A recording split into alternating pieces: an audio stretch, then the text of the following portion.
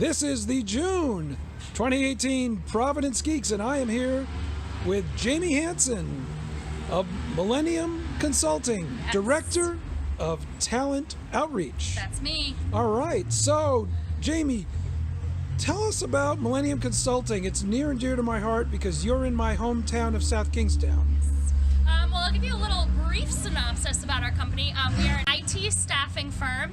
Our headquarters is in Wakefield, Rhode Island, as Brian mentioned. And we have been in business for over 20 years. We started right in Wakefield, actually more specifically in Matunic. In 1996. Wow. And we've been going strong since then, moving on up. We have offices in Massachusetts and Puerto Rico.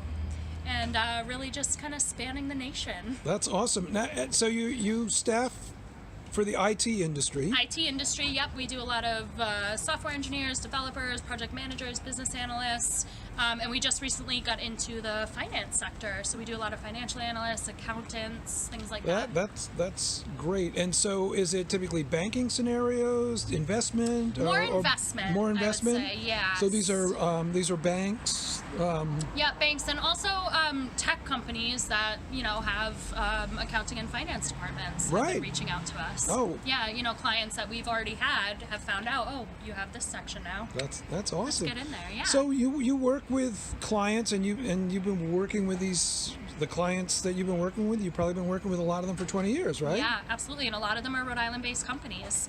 GTech, which is now IGT, has been one of our biggest clients throughout the years.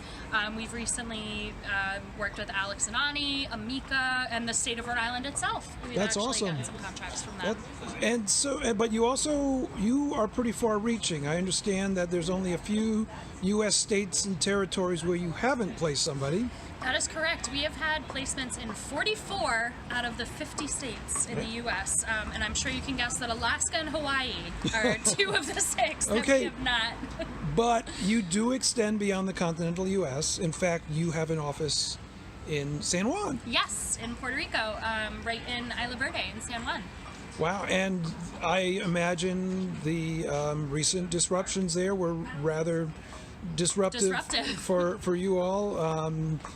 We had a few questions about it during your presentation. I understand you sent some generators and other equipment down. Yeah, we were fortunate enough to be able to scrape together a few generators, and actually our biggest concern was whether or not they would make it down there. That was going to be my question, because it wasn't just the issue of getting things, but it was supply chain and getting things to the place. Exactly. So did you have to do anything weird to get it, or did you put it? We just had to pay a lot in shipping costs. Okay. We had to pay almost as much in shipping as we did for the generators themselves. Wow. But it was worth it. We have some family members down there who were able to receive those things, and just seeing their joy at having these simple things that we take for granted every day. It was really rewarding.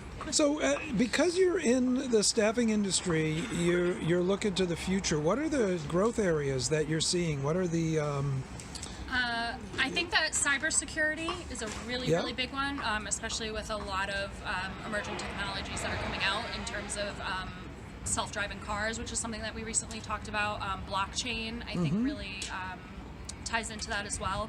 And in terms of job titles that we're really seeing a big increase on, that's definitely web developers,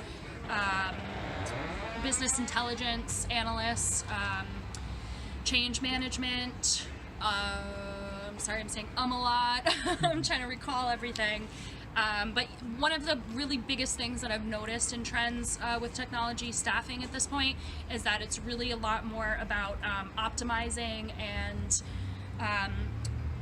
kind of learning about all these new technologies, as opposed to maintaining, troubleshooting, and upgrading. It's more about, as I said, optimizing and really bringing in these new technologies. So 20 years on, do you see yourself still in Rhode Island? Absolutely. How about still in Wakefield?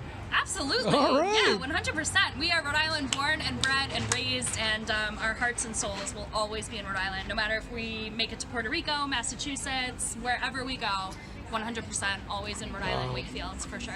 Jamie Hansen, thank you so much. Thank you so much for having me. We really appreciate it. All right. Thank you. Thank you, geeks.